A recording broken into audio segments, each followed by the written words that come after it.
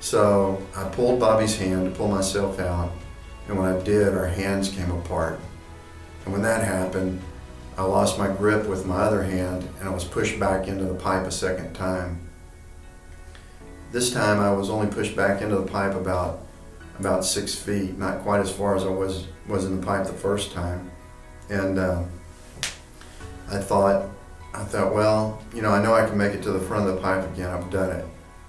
I knew I could do it because I've already done it once. But the problem was, I thought, I've been underwater for a long time and I didn't know how much longer I could hold my breath. And I started pushing forward. I had the same thoughts, you know, just about survival, and the primary thought on my mind was my family, especially my children. And as I started pushing forward, I made it a couple of feet, and just like flipping off a light switch in your home, I went unconscious just immediately.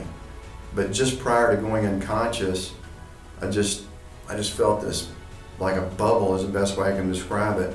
Just a bubble surrounded me, and I just felt peace.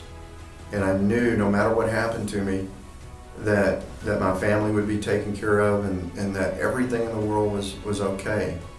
And it was just a total sense of peace, and knowing that with or without me, that things would be fine.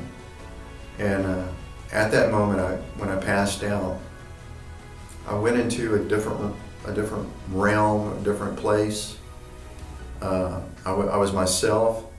I was totally conscious, just had the same thoughts that I had on Earth, but I was in like, the best way I can describe it was like being in almost like a cave. And I was, but the sides of the cave were this soft, deep black, and the sides of the walls were like covered with felt or velvet. And instantly my first thought, and it's a conscious thought, just like you have here on Earth, is I just felt multiple, just, you know, thousands, millions of people, souls. I knew I didn't see them, but I knew they were there. And it was just, you know, I couldn't even tell you how many it was, but it was sensed a lot of other beings there. And immediately I had a conscious thought of, man, you got to be really bad not to get to come here, because I didn't feel like I'd been that good a person. And I was in heaven. I felt like I was in heaven. There was no sign there saying heaven, but I felt the love, I felt the forgiveness, I felt the peace. I knew that was the place I was at. And in front of me, probably at a distance of about 75 yards, there was a wall, and it was made out of blue stained glass, and there was a bright light behind it, and there was a hole in the stained glass, as if somebody had thrown a rock through it. It wasn't a perfectly round hole. It had edges to it, and there were beams coming off the edges with this bright light shining through the hole.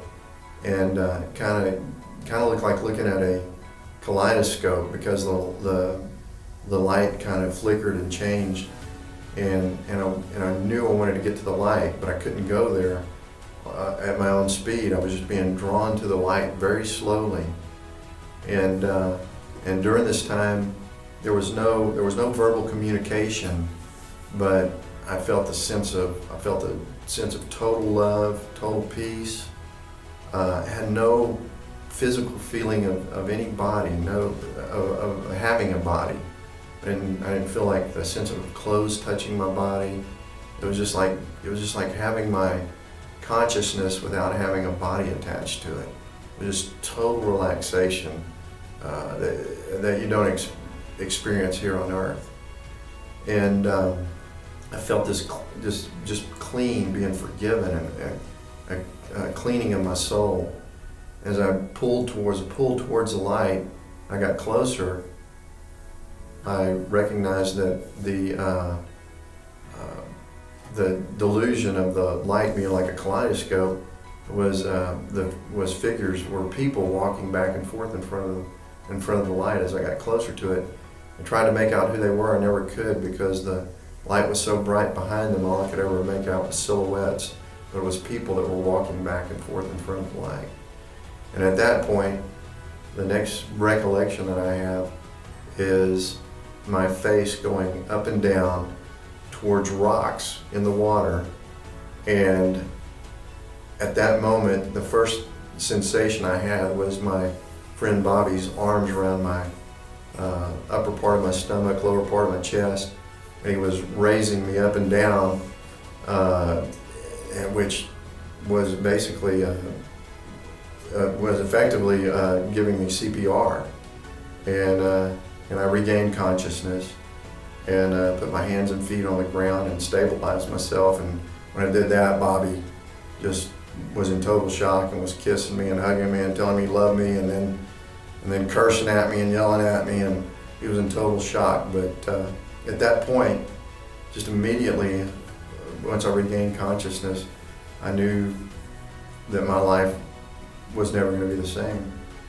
I knew that I knew where I'd been. I knew what I know. It's a knowing. It's not just a faith or a belief. I know that there was a heaven. I know that there was a God. I know I've been there. I know I'm going to go back. And I know that I'm here for a purpose.